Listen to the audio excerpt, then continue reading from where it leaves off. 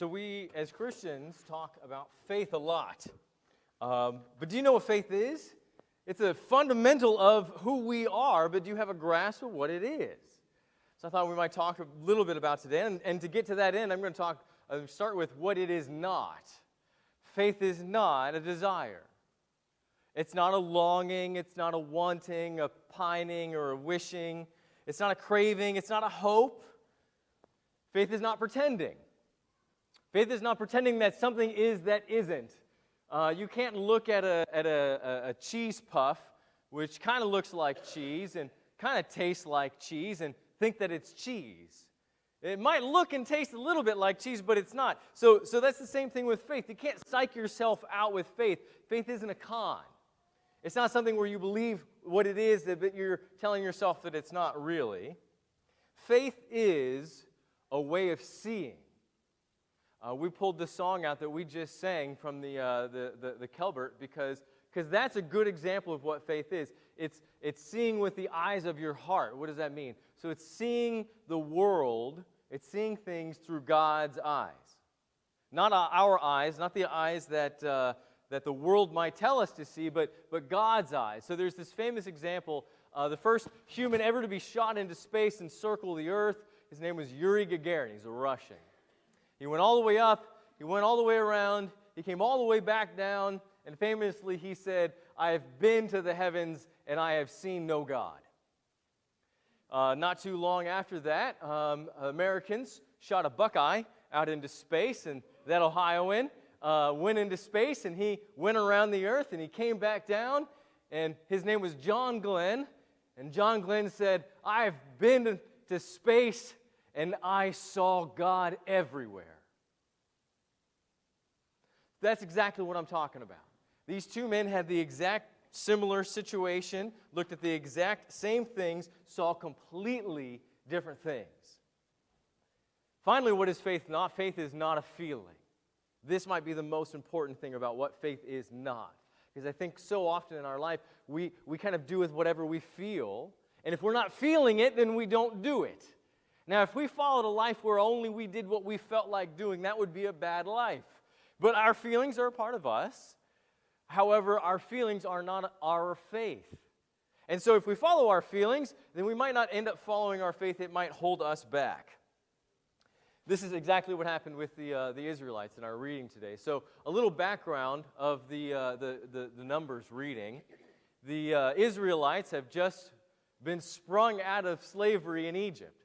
Walked across the Sinai Peninsula, found themselves at the corner of the Promised Land. They're right on the edge. They're right about to go cross the water to go into the Promised Land. This is the land God gave them. They've been walking forever to get to this place. And to get into the place, they know that they're going to have to take out some people. God has told them such. And so they send some spies. They take one person from all of the different tribes, and they send them out into this land. These 12 guys, they spend 40 days walking around in this land looking to see who's there and what's going on. And they come across these big, huge, giant people of this tribe, Anakinite. Fun little fact, if you've ever seen Star Wars, you might know of a character named Anakin. This is where George Lucas got that guy's name. From these really huge, giant people, the Anakinites. So they come back after these 40 days and they go, "Oh man, we can't ever go in there. They're so big." And they get scared. Now there's two guys, Caleb and Joseph, they go, "The land looks great, let's go." The other 10 go, "No, no, no." I sound like Dr. Seuss all of a sudden. But it's just that simple because everybody got scared. Did you know that negativity is catching? It's a contagious disease, negativity. And the 10 over the 2 told everybody that these people were huge monsters. And if they were to go into the land, they would surely be destroyed by all of these people. And so eventually they started grumbling, and if we kept reading our reading, we would have read that they even said to themselves, the Israelites said, "You know what we should do?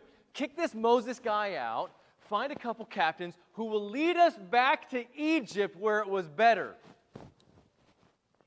Can you imagine? But that's what they wanted to do. So for this, this injustice, God sent them a walking for 40 years.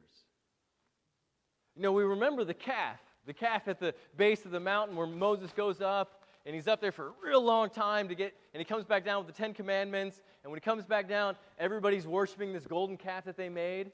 Right? That was the first of the strikes. The other one was this one right here, where God brings them to the promised land, and they're about to get what God wants to give them, and then they say, no. No, certainly God can't do that. And for that, they walk around for 40 years. Turns out when they come back after the 40 years, after everybody has died off, in fact, even Moses died off. He walked right up to the river that they were at once upon a time in the beginning of the story now, and that's where he died. He wasn't allowed to go into the promised land. He could only look at it. Everybody else had died off over that 40 years of natural causes of wandering around. They didn't get to possess the promise that God had given them because they were sure that God couldn't be as good as He says that He is. Eventually the Israelites get into the land, and of course they encounter the Anakites, and the Anakites go, for the last 40 years we have been petrified. We were scared witless that you and your people would come into our land, and we were ready to give it up to you. We were ready to surrender at the drop of a hat. We heard what your God did for you in Egypt, took out the greatest of the world powers, protected you. You have a God who is like none other, and we have been petrified. Had they walked into the land to take what God wanted to give them, it would have been given to them. But instead, they fled. They went away. We do this every day. We look at the difficulties in our life, and we exaggerate them. Look, the Israelites saw God send plague after plague after plague after plague. 10 plagues of God working to overthrow the greatest power in the world. And then when the people were leaving, He sent a cloud to protect them from the desert sun and the day. He put a pillar of fire to protect them from the chariots of night. As they were walking through the wilderness, they were being bit by snakes. God sent deliverance from those snakes to cure those people. They didn't have food. This is the desert. God sent manna from heaven. They walk up to the river to go take what God has given them, and all they can see is their difficulties.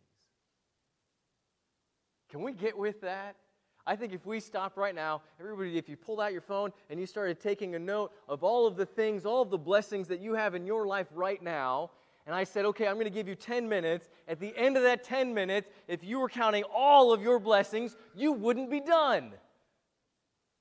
But we don't wake up in the morning counting our blessings for the first 10 minutes. We wake up going, oh man, I got to solve this problem. Oh man, look at this thing on my horizon. How am I ever going to make it through this thing I'm going through right now?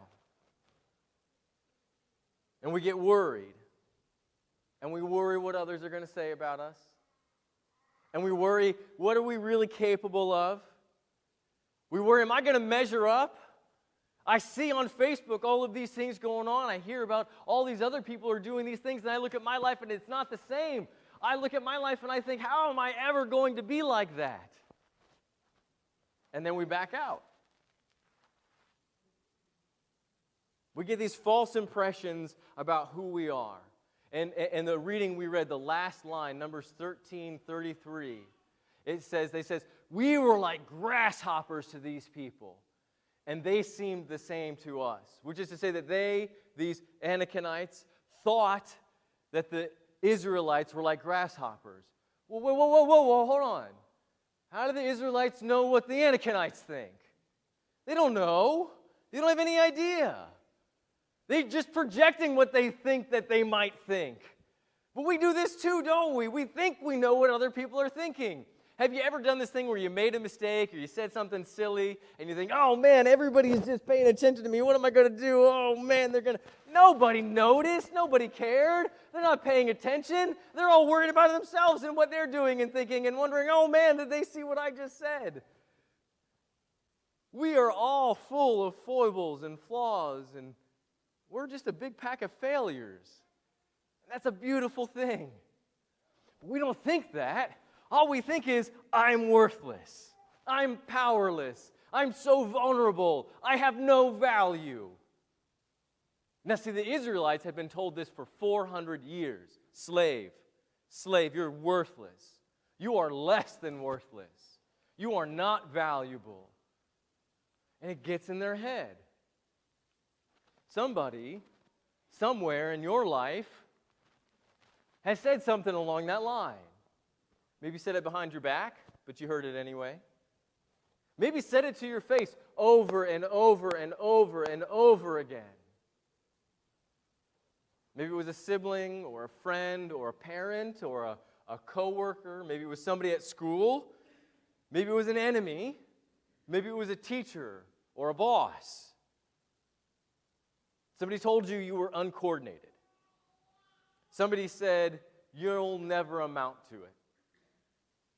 Somebody said, you have a fatal flaw. Somebody said, you're not good with speaking, you're not good with people, or you're not good with computers, you can't do math.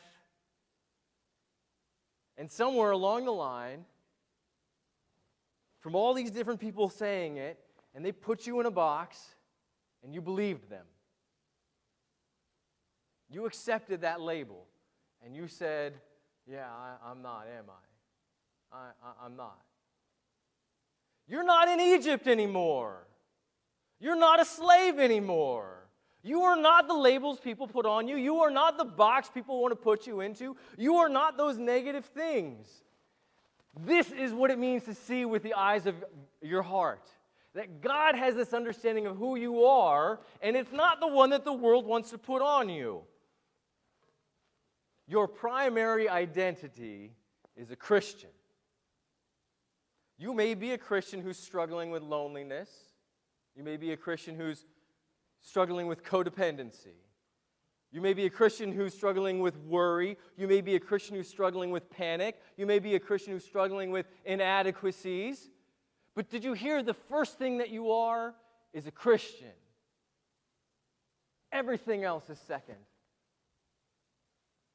This is what it means to be a child of God. This is what it means. It means being a person that God has called you to be. And it's going to be scary because if you're human, then you're flawed. Can you get with me on that one? And if you're flawed, then that means you have to address those flaws. That's what confession is.